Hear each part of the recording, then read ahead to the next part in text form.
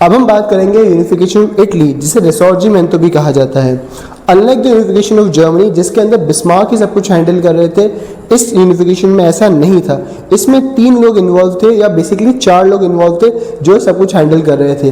पहले थे गैरिबाल्डी या गिसेप गैरिबाल्डी, जिसे इस यूनिफिकेशन की स्वॉर्ड माना जाता है, बिकॉज उन्होंने अपनी मसल पावर या अपनी स्ट्रेंथ के दम पे सदर्न इटली का यूनिफिकेशन किया था।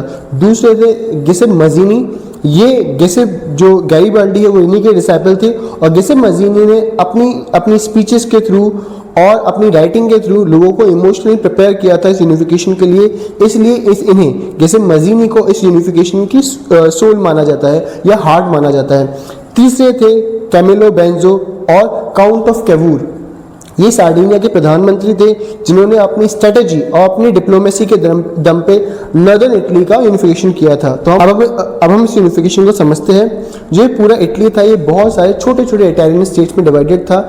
इन सब पे जो फॉरेन रूलर्स था उनका रूल था, जो इटालियन नहीं थे। सिर्फ जो सार्डिनिया था उस पे ही नेटिव जो इटालियन रूलर थे उनका रूल था। बाकी जो पार्ट्स थे, जैसे कि Lombardy, pharma, Tuscany, Sicily, Naples, Venetia और रोम, इस पे फॉरेन रूलर्स का रूल था। जो ऊपर वाला पार्ट था, इस पे ऑस्ट्रिया का कंट्रोल था। उसको यानी कि लोम्बार्डी, फार्मा, टस्कनी को मर्ज करते हैं सार्डिनिया के अंदर। सार्डिनिया के जो प्रधानमंत्री थे काउंट ऑफ कैवूर, उसके बाद उनकी डेथ हो जाती है। और जो रेस्ट ऑफ काम है सदर्न इटली को यूनिफिकेशन करने का, यानी नेपल और सिसिली को यूनिफाई करने का, वो करते हैं गैरिबाल्डी अपने 1000 सोल्जर्स के साथ में, जिन्हें कहा जाता है रेड शर्ट्स।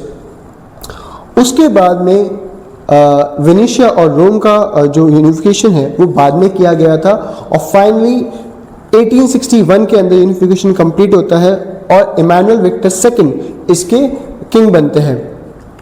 रूल था ओरिजिन रोम था, इस पे रूल था पोप का। बाद में से इटली के अंदर मर्ज कर लिया जाता है और इसका एक छोटा सा एरिया पोप को दे दिया जाता है, जो आज भी ऑटोनोमस है, जहाँ पे पोप का ही कंट्रोल है, जिसे कहा जाता है वेटिकन सिटी।